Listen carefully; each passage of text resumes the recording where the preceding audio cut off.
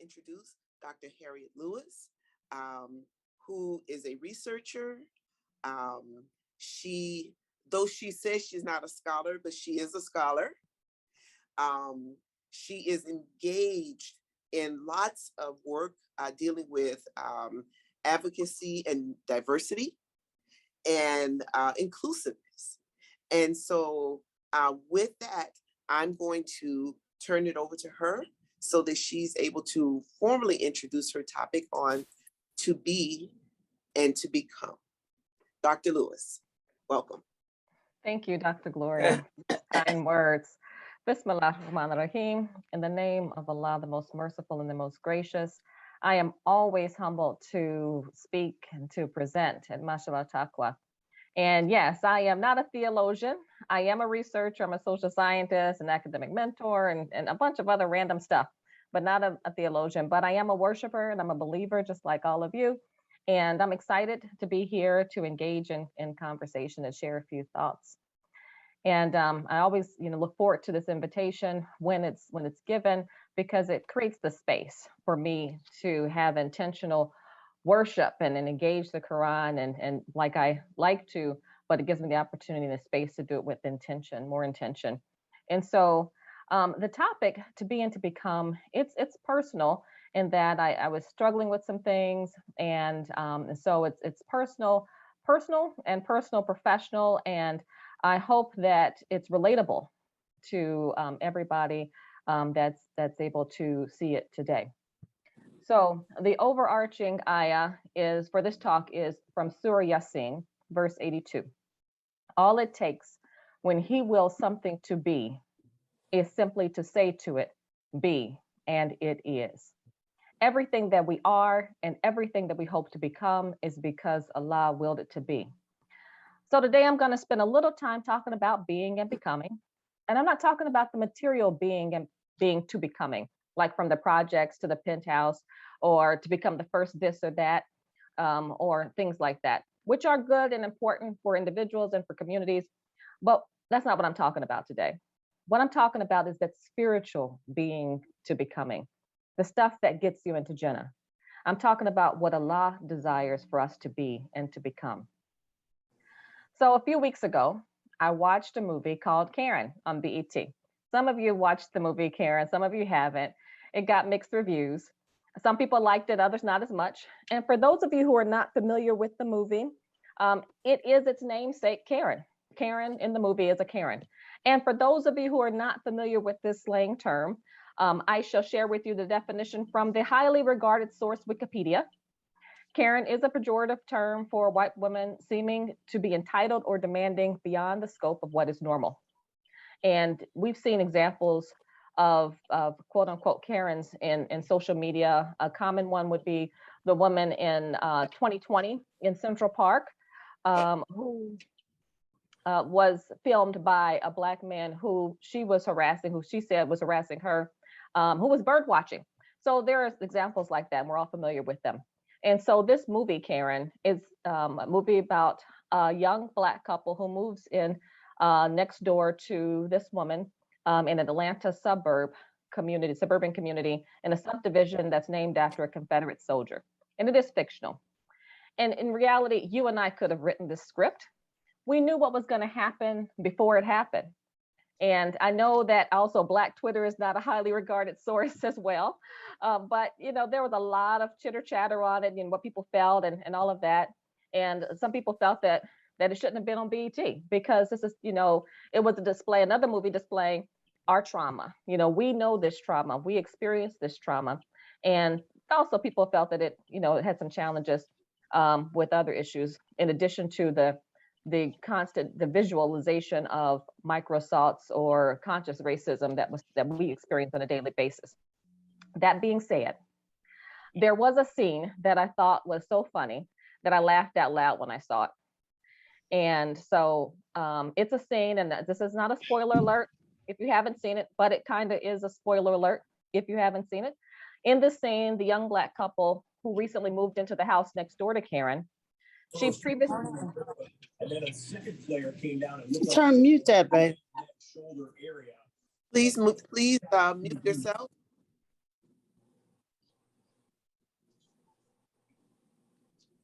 So I'll continue. So in this scene, the young Black couple who recently moved into the house next door to Karen, she had previously instructed them to review the homeowners association policy regarding trash pickup. So one day she goes outside and she notices that her new neighbor's trash is outside on the wrong day. Let's see what happens.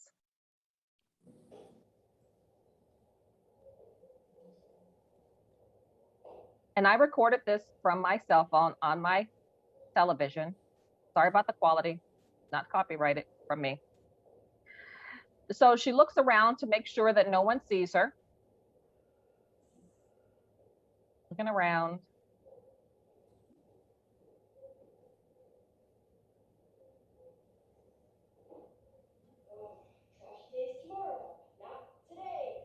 She says trash day is tomorrow, not today. And then she books it back to the house. She is running as fast as she can. And I laughed. Maybe I laughed because of the way she was running. I don't know.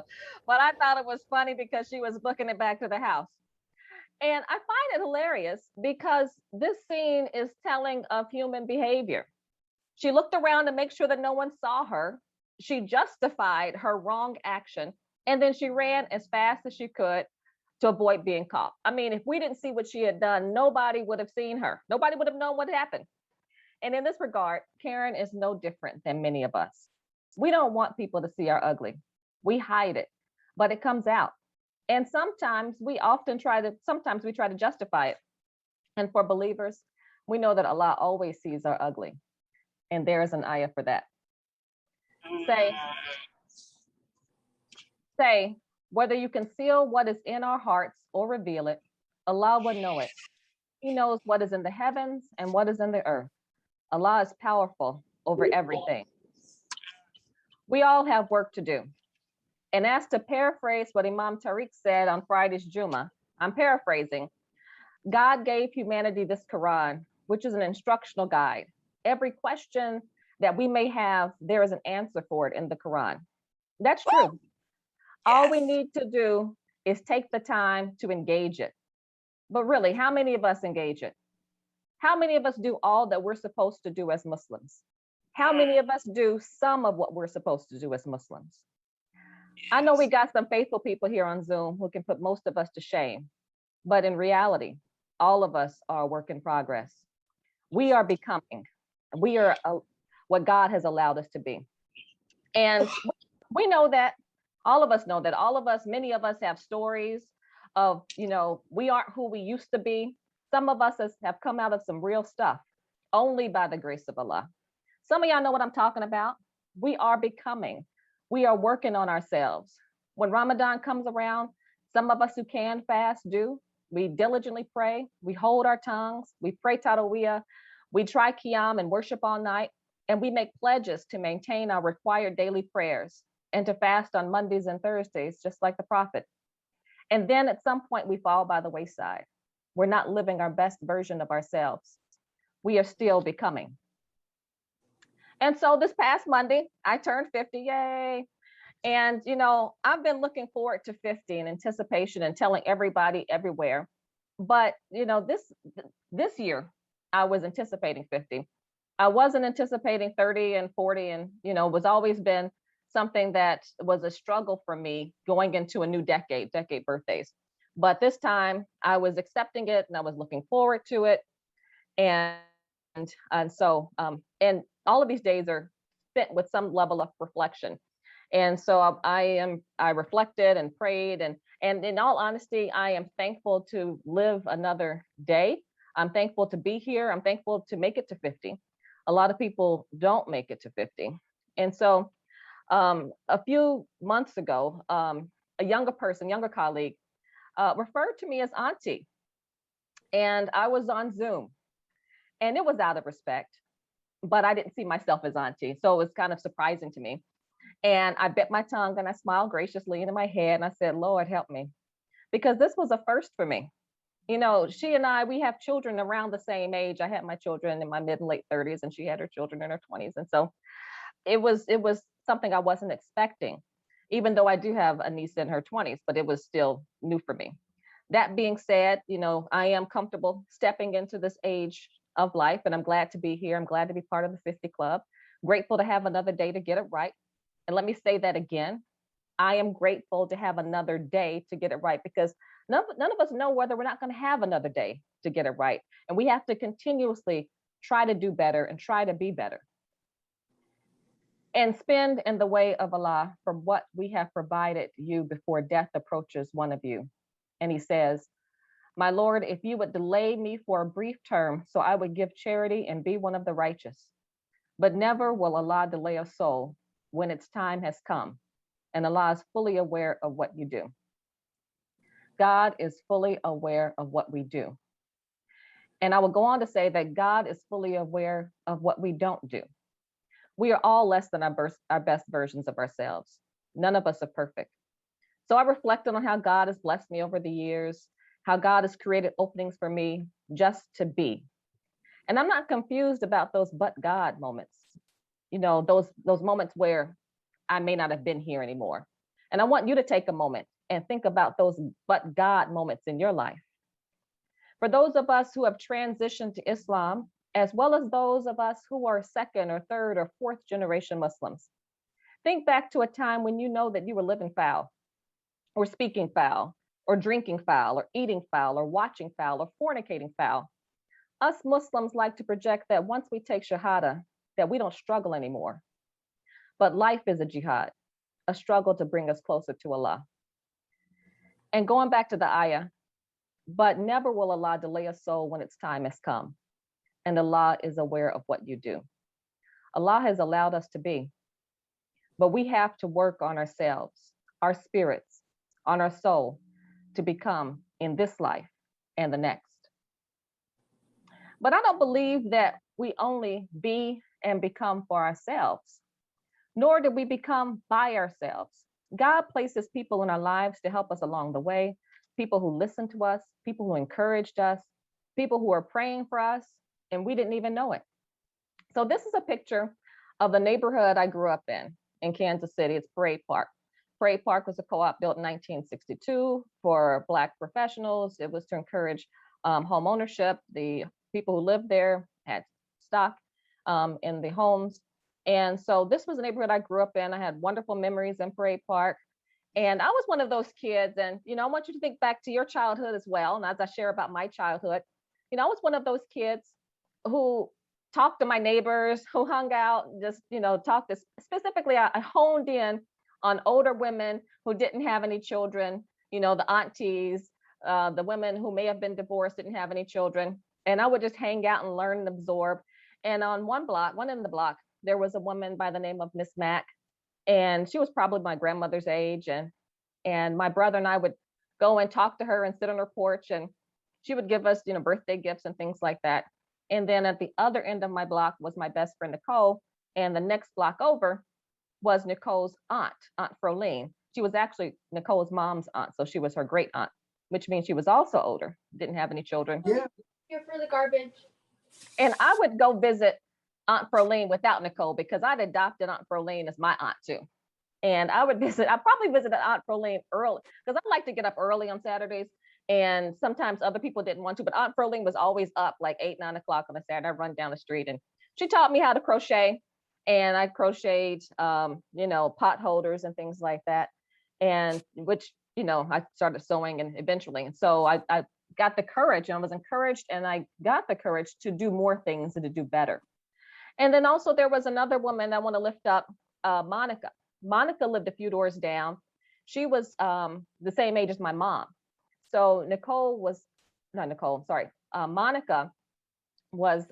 like the auntie, like an actual auntie, who was another person in my life who also poured love into me and encouragement and provided good advice for me in addition to my parents. And so when I was in college,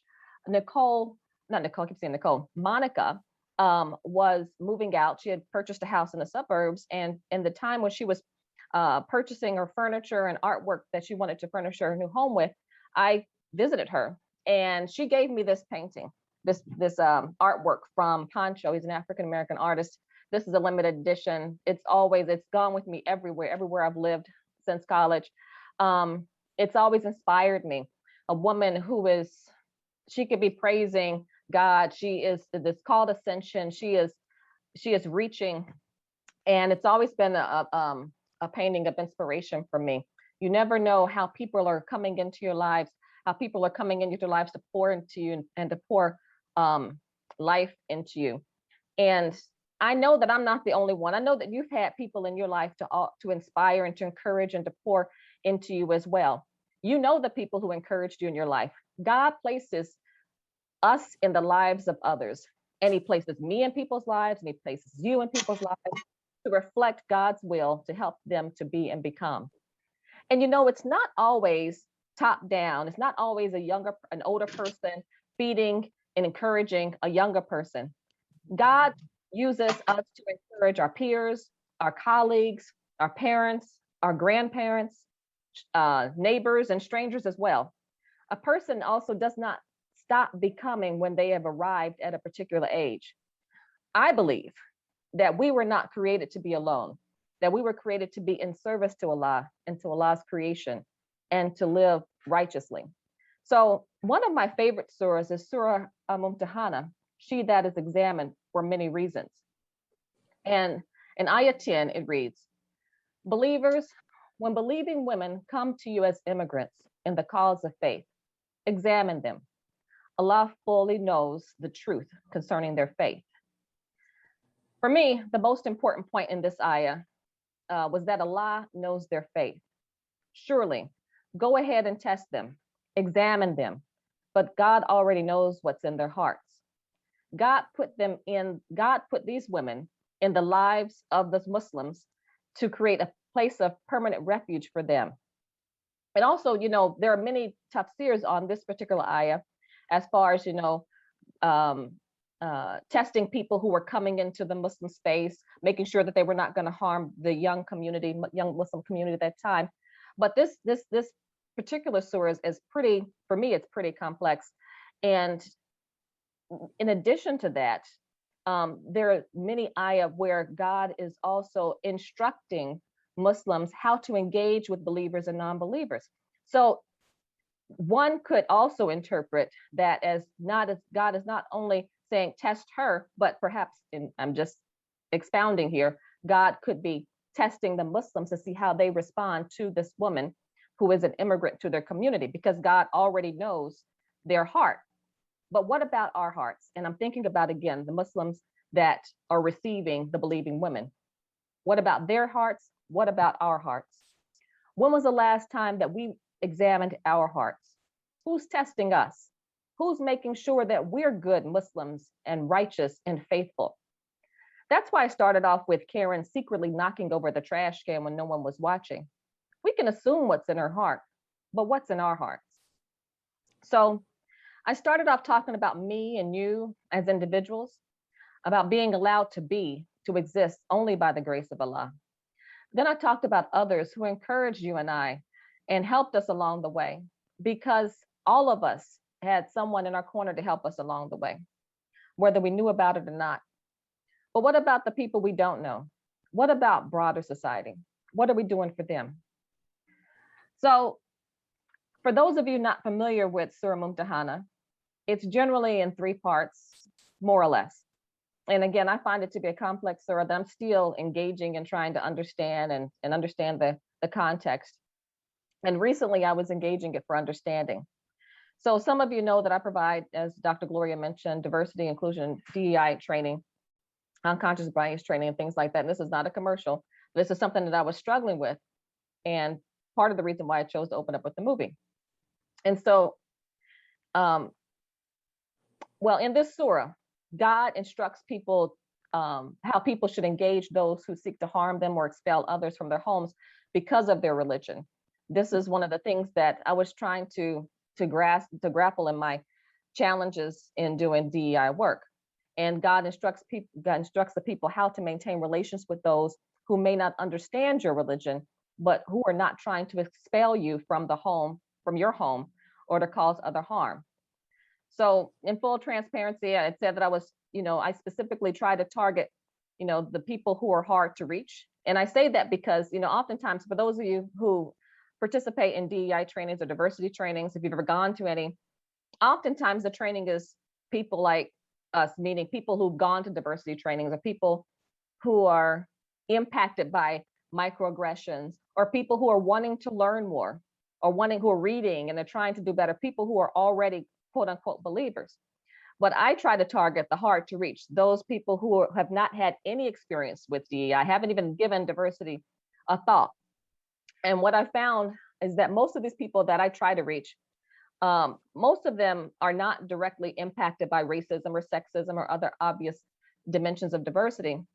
And they've never thought about diversity and inclusion, usually because they're coming from a stage of privilege.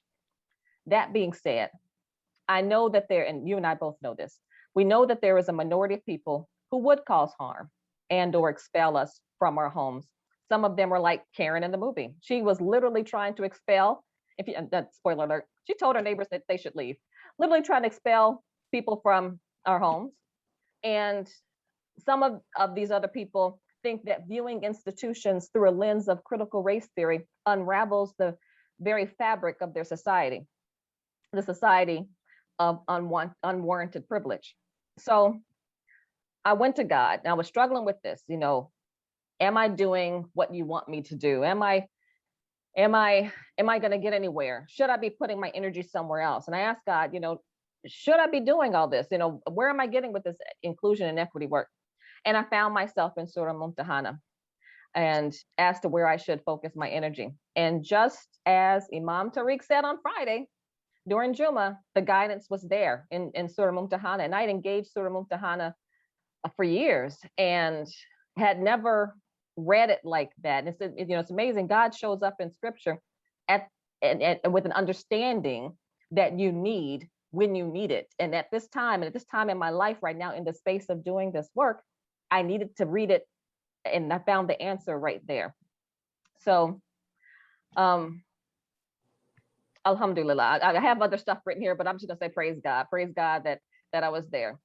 And so, and specifically, in what the surah basically said, the ayahs that I read that helped me to understand the guidance that I got from Allah. It was the guidance.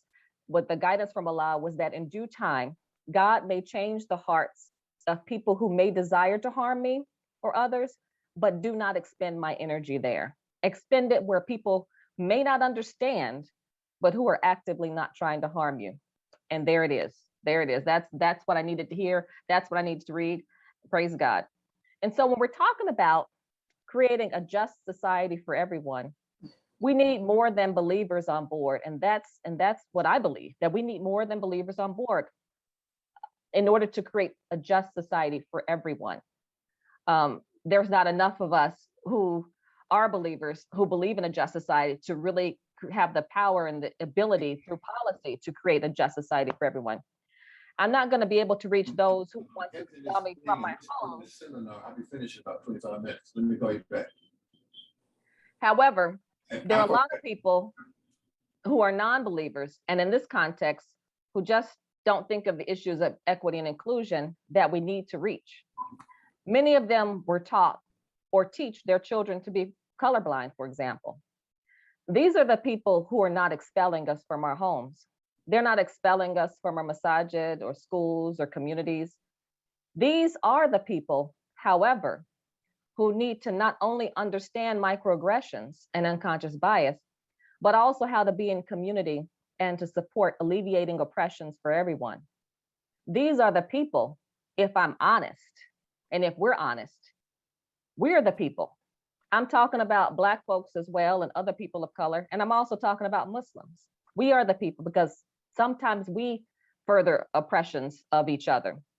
So let me share the actual ayah that I'm referring to, because I'm going to engage this. We're going to engage this ayah, in the post-talk session. Allah does not forbid you from those who do not fight you because of religion and do not expel you from your homes, from being righteous towards them and acting justly toward them. Indeed, Allah loves those who act justly. Again, God has allowed us to be. And I'm talking about being and becoming that earns Allah's love, the being and becoming for our souls. I'm talking about being better versions of ourselves. And when it comes to the broader society, I'm talking about economic justice. I'm talking about housing justice. I'm talking about educational justice and healthcare justice, not just for one or two groups of people, but for everyone. Unfortunately, we live in a real world, and to attain justice now, like during the days of the prophet, it requires action. And when we struggle for justice for everyone, God loves us more. That's what that ayah says. This is good for our soul. This is the becoming that I'm talking about. We must constantly educate ourselves on which policies further the oppression of marginalized people. We need to gain deeper understanding of housing policies and educational policies, criminal justice reform policies, healthcare policies, voting rights policies. We need to educate ourselves and others about the policies that help marginalized people be and become, not just survive and thrive, not just survive, but to thrive as well.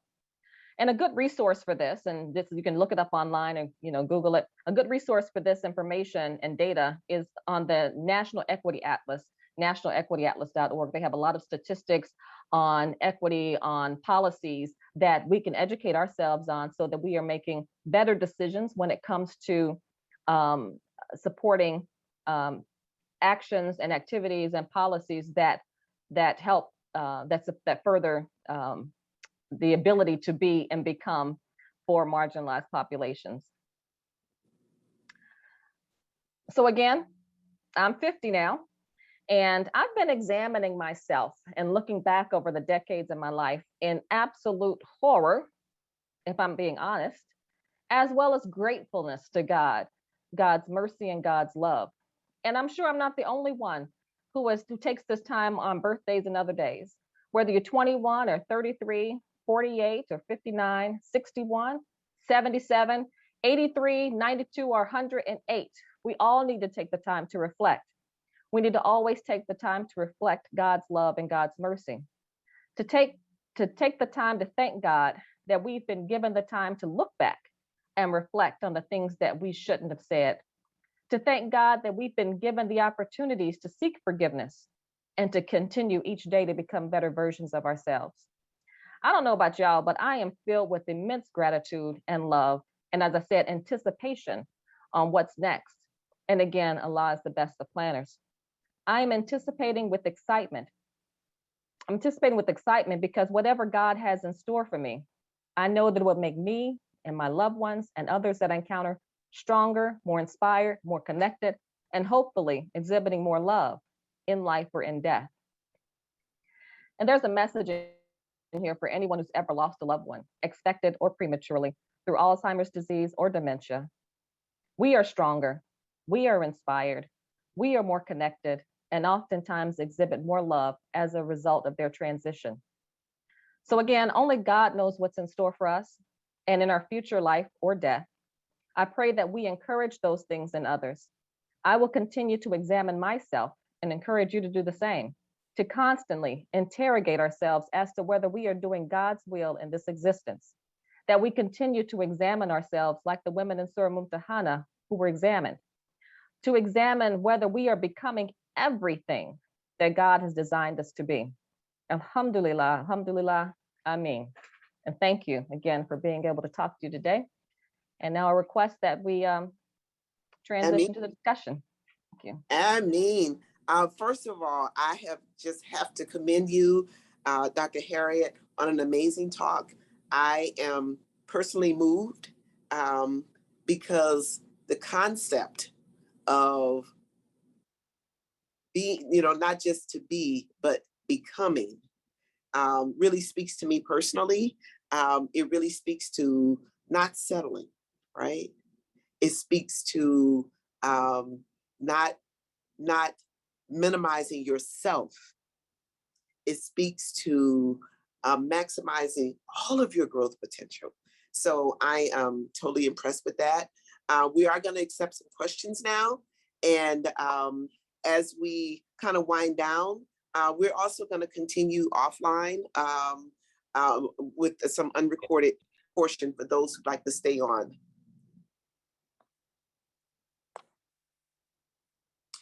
So Dr. Harriet, I think you've got some questions you want to. Oh, I do, but I wanted to, that's fine. That was the part I wanted to be offline, but we can go ahead and have it online. That's fine. I'll just go to the next slide.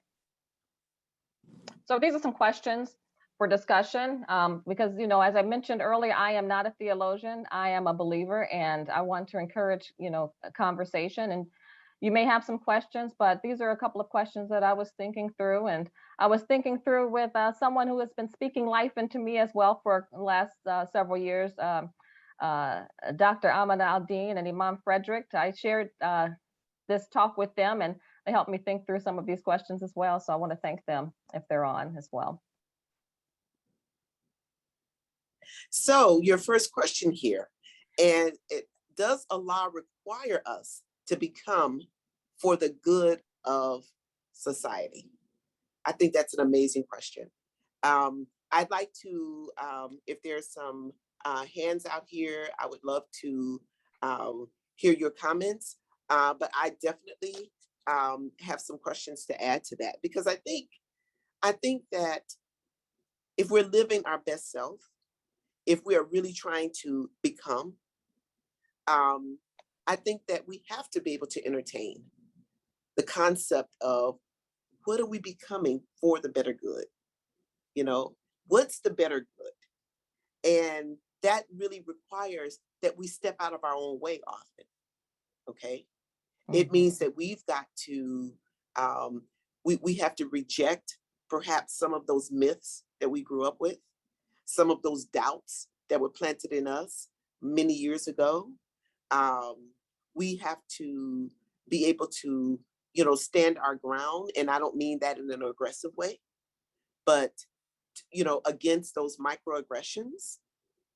And so I'd like to hear, are there any comments, any thoughts about this? Does Allah require us to become for the good of society? And Dr. Harriet, I'd like to hear your, because these are your questions, you pose those questions. I'd like to hear your insights about these. No, absolutely. And it's right aligned with what you just said. I mean, we have a lot of stuff that we have to unlearn, that we've been taught about ourselves, that we've been taught to believe about others.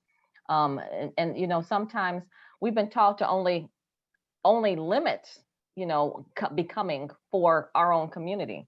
And I don't believe that when we read the Quran, that yes, we have to take care of our family and our community, but ultimately it is for the good of society as well. So I do believe that God requires us. And again, if we go back to the ayah, which comes up in the same question, similar question, as far as, behaving and acting justly, I do believe that, and there are many other ayah, and I know that there are theologians and imams on the call who can speak to how God requires us to become in many ways. But as it relates to us as individuals, as who are struggling, with life, as I mentioned earlier, that all of us are struggling with different things, different barriers, different challenges that we have, that process of becoming through those struggles it should be for the betterment of society.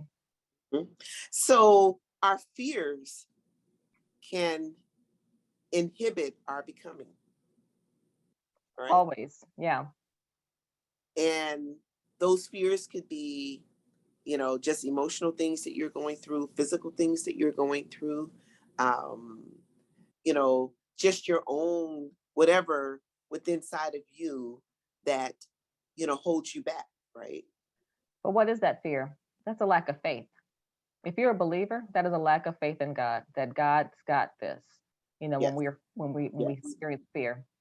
So, we should call that fear out, that we're struggling with faith. Yes. So to that point, because I think for all of us who are within your voice, right, hearing your voice, I think that we all consider ourselves very God-fearing people.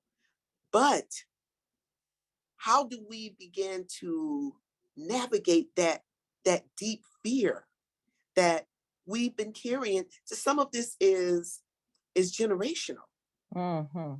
So how do we navigate that fear and overcome that fear so that we can fully recognize our true becoming, and recognizing our true God, that we only fear God, we fear nothing else. How do we navigate that? That's a great question. And I can speak to, the changing world or the betterment of the society, or when it's better if you address those fears. But when you're talking about people who have, I'm just speaking about, us, most of us on the call. I'm not sure all of us who are here or all of us who are in YouTube world or in social media, but I'm talking about as far as the Muslim community or as far as the Black community, those who have been terrorized in this country, those who have been who have experienced firsthand terrorism and racism and beatings and things like that. How do we get beyond that? And I think this is again, I can only speak from a limited experience, but I think it's just that constant engagement with reflection, the constant engagement with God, constant prayer, constant um, engagement with others. Because like you said, I mean, yes, we have this fear. Some of us, who've experienced direct trauma, police violence, other types of discrimination, it's difficult. I can't say that it's an easy process to get beyond, and it definitely is. It's definitely embedded. That's such a great question. I'm sitting there trying to answer that question. It's a great question because it's a real question. It's a real question that many people we know are there in the fear or in the reality that this is how it is and that things don't change as much as we would like for them to believe. And I may be idealistic, and people who are in the space of DEI, we are idealistic people. We think that things are going to, we like to posit or like to state, we know that it's going to take a long time, but we keep focused on the hope. We keep focused on the change. We keep focused on this is what Jenna would look like. But the reality is we're still here and we've experienced, and it takes a lot longer.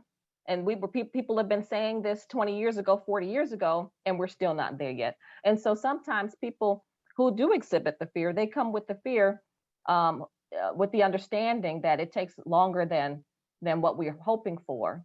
And I think I don't know how to change that for some people. Mm-hmm. Outside of what I just said, some people, God has to intervene in some people. God does intervene in some people's hearts. We've seen God intervene in people who've experienced trauma or people who've perpetrated trauma in others' lives and have changed people's hearts. And so when it comes to trauma that has been perpetuated or trauma that has been received, and both are fueled by fear, I'm going to say that this is a task for God. Mm-hmm. I'm going to leave it there. I believe we do have someone raised. I think Yes, Clyde Elamine. Yeah. Yes. Thank you, brother Clyde, who is in every sense of the word to me, a scholar and an academician and an educator, and always has insight. Please, brother Clyde.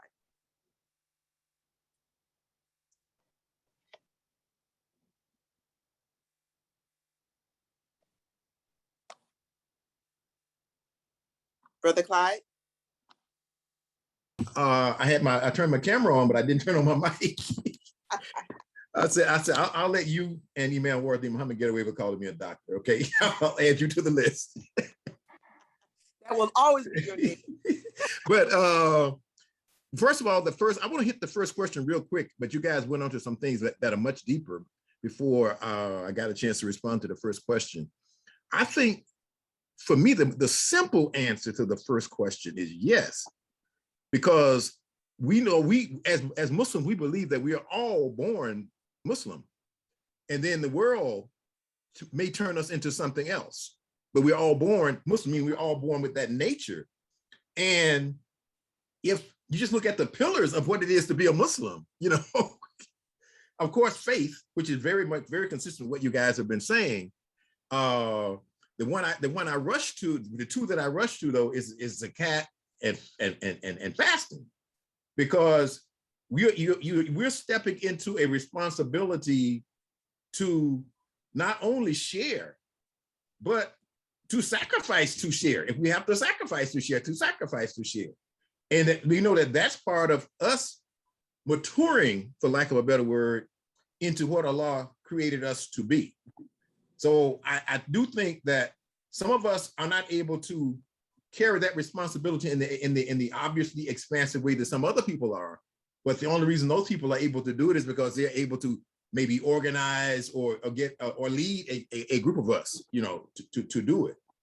And I love the references to the movie Karen, because I had to really look hard in there into that movie to find some good stuff. But other than the courage of the African Americans, you know, that were obviously there.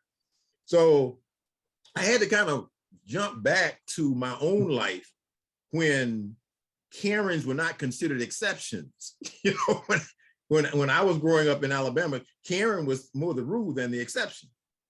And what enabled us, now I'm talking about as a group, as a collective, to move forward again was really faith that this was not the condition that Allah had designed for us and had intended for us. And many of us, probably most of us, didn't even know the word Allah at that time. Some of us did, but we did know, we did have the Quranic message, even if we didn't know the word Quran at the time. We didn't stick with what we had been given by our slave masters in terms of even the way we related to Allah. You know, we struggled for it, and we found that we were blessed with another understanding that enabled us to move forward, and not just to our benefit, but to the benefit of those people who thought of themselves as our enemies, because we are doing white folks who are stuck in that a favor when we elevate them. So those people who work in the field of diversity, I can't remember all the initiatives, but you know, in that space, you're really healing. I think of it as a healing art. I don't think of it just as a business process. I think of it as a healing art or healing science, because that's exactly what it is. I'll stop there. Thank you very, very much, Dr. Brother Clyde. I'm going to call upon Imam Tariq. I think he had a question as well. And I also have a question on the table here. Do you believe all fear is a sign of a lack of faith? No. Imam Tariq, your mic. Assalamu alaikum. Alaikum assalam. Thank you so much, Dr. Harriet, for your presentation. I always benefit whenever you speak, and happy birthday. I apologize for getting in a bit late. I was running right out of class, got out of 1, so I'm looking forward to going back to the beginning of the recording and catching up on what I missed. You mentioned, you just dropped a whole lot of nuggets. Just in relation to what Brother Clyde just mentioned, he addressed, I guess, to some degree, what set with me in that question. Do we have a responsibility to become, right? To become greater than maybe what we perceive ourselves for the benefit of humanity? And I would answer, in affirmative, thinking that is what we've been created for, as with a position of authority and stewardship, which means that, we have to rise to the occasion of leadership, and whether that's leadership, of ourselves, family, community. And leadership, of course, does not always mean just being a person that's out front, but understanding, how you're positioned within a collective goal, and, having responsibilities, fulfilling those responsibilities. You mentioned something that I would like to hear you talk a bit more about. You talked about bias and bias training, and the process of becoming the best version of ourselves is one where we have to have, we have to have a proper understanding, a proper perception of who we are and what our potential is.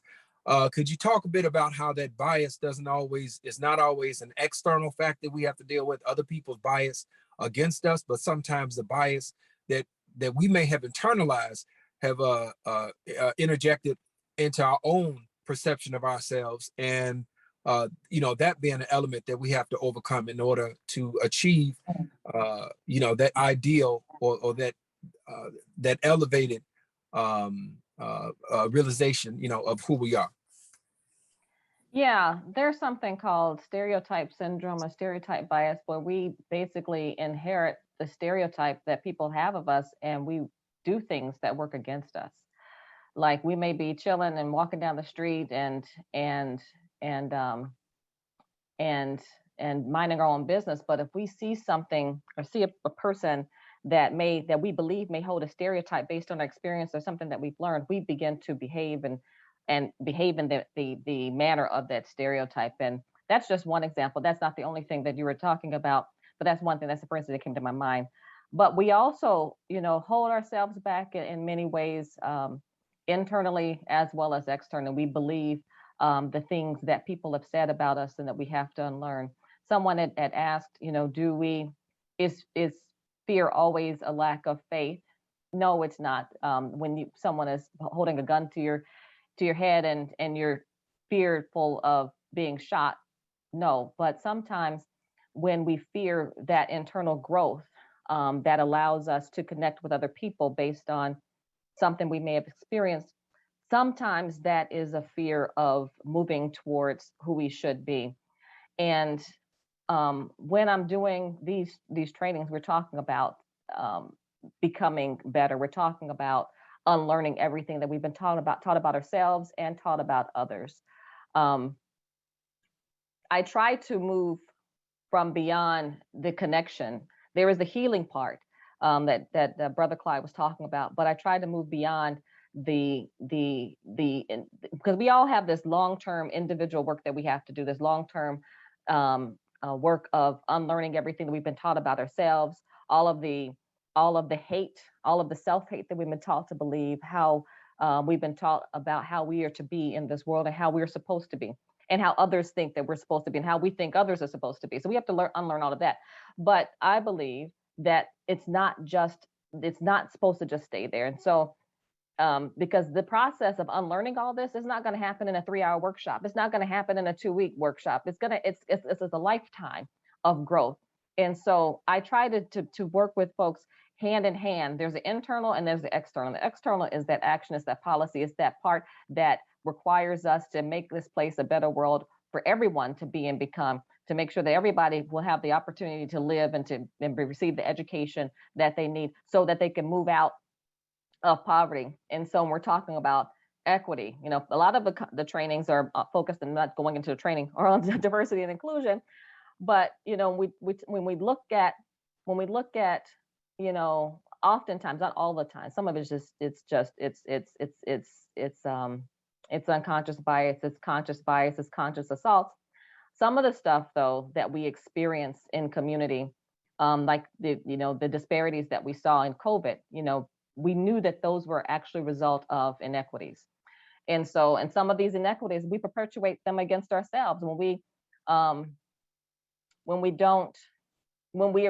taught to believe that we're only supposed to, or it's our culture, our identity to behave a certain way or to eat a certain thing. Or so these are a lot of, we can go further into this. This could be a whole nother session of talking about how we are taught to believe that we to do these things that harm ourselves and how we need to unlearn those things in order to further our existence and also to create opportunities for others.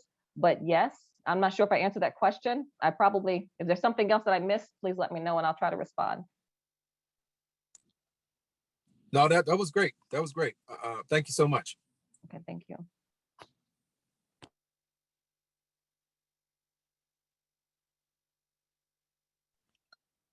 I think you're muted, Dr. Gloria. Sorry about that. I was, pardon me. this is an excellent discussion. And I do agree with you, Dr. Harry, this could very easily be a two-parter. We do have an interest in being able to, after we conclude it at 2 o'clock, to continue, because we're not going to get through all of these questions. And so we can stop the recording and just kind of continue discussion for those who'd like to continue, because I think that this topic really affords us the opportunity to do a really deep dive into our own psyche and what might be holding us back from becoming, right? And so I'd very much like to be able to talk more about that. So what about, you talk about, what are some of the thoughts, some of your thoughts from this ayat? Believers, when believing women come to you as immigrants in the cause of faith, examine them. Allah fully knows the truth concerning their faith. Give me some of your thoughts about that, Dr. Harry, and for others. And I will be watching actively for hands. Yeah, and I was going to say, I really want other peoples to engage in the scripture and the verses, and ayah. I had shared in the talk that, and again, this is part of an ayah. Intentionally, it's part of an ayah because this ayah, this specific ayah is broader. The surah is broader. So I was focusing specifically on the hearts of the women who were the immigrants in the cause of the faith, the new Muslims. I was speaking with someone about this, and one in the conversation, it was about focusing on that they were interpreting it, that the focus was on that the broader context, which is the broader context of the surah, is on the Muslims and the Muslims' engagement with non-Muslims, engagement with new believers, the engagement with people who are trying to harm them. And so it was one interpretation. And again, if that person is on, I would love to hear them to talk more about that, about how the Muslims were to basically investigate and to examine people who are coming into their space, because not everybody who comes into your space who says that they're a believer is actually a believer. And some people who come into your space are coming into your space to harm you. And that this was instruction from God to make sure that this person is a righteous person and she is who she says she is. And then it goes, if you read the full surah, it does go into that and how you continue to test her and what a believing woman is. And then before that, God talks into people and how to engage people and how people have actually betrayed the early Muslims and the Prophet during the time. It starts off with that. But what I was focusing on is really how we examine our own hearts, because I don't know why. And yes, I'm looking forward to the tafsir from Tariq Al-Amin, because God says, examine her, but God already knew what's in her heart. So was God not only saying examine her as someone who's not from the community, or was God also saying was God also testing them? Was God testing them to make sure that they examined her, or was God testing them to see if they were doing what they needed to be doing as far as welcoming people, as far as being a just Muslim? And that's how I interpreted it. I interpreted that God was not only asking them to examine her, but God was also testing them. But Imam Tariq, somebody needs to get caught up. Mute yourself. Please mute yourself. Okay, so I'll make this really cool, really quick. I just want to kind of carry some of the logic you were presenting about also an invitation to look into our own hearts, because as we know, when we get into the idea of protecting ourselves from the hypocrites, protecting ourselves from those who mean us harm, one of the things the first thing is we know is that the hypocrite is one who, when he speaks, he lies, right? When something is entrusted into their possession, they misuse it or don't give it back. right? It's a person whose words, their behavior does not align with their intentions. And if you watch them long enough, you will realize that this is not a person of faith, right? So we know that Allah is the only knower of the actual state of our faith, right? The best that we can do is to try to align our faith, align our behaviors with our faith. So I guess one of the quick thing that I want to just kind of cap this thing off with for me is, as you said, it's an opportunity for us to examine our own faith. You can't recognize faith, you can't recognize righteousness properly unless you're in that same state. So even as we're being told to examine those who come amongst us, there's also an encouragement for us to maintain a state where we can recognize it. Right? You can't you can't give what you don't have, you can't teach what you don't know, just kind of in that vein, right? There's the exact the tafsir of it, that's another matter, but I think it's consistent with that understanding, that we can't just go off of what people say. The examination is also about what people do, the spirit of which they do it, and it's not just a pass or fail test. You give me the right words, you're in, right? Allah has explained to us what righteousness is. It goes way beyond the rituals of worship, but into the behaviors of service, an attitude of humility, of patience and constancy, these things. And those are things that are only discernible over time and within community. So that is also kind of one of the things that pushes us to make sure that we are living in community, and then bringing those who want to be amongst us aside of them. You got some responsibility. Let's see how you handle the responsibility you get a little bit, and then as you prove yourself, you're given more, and more. So Yes, that's excellent. We have actually reached our hour, and so we're going to stop the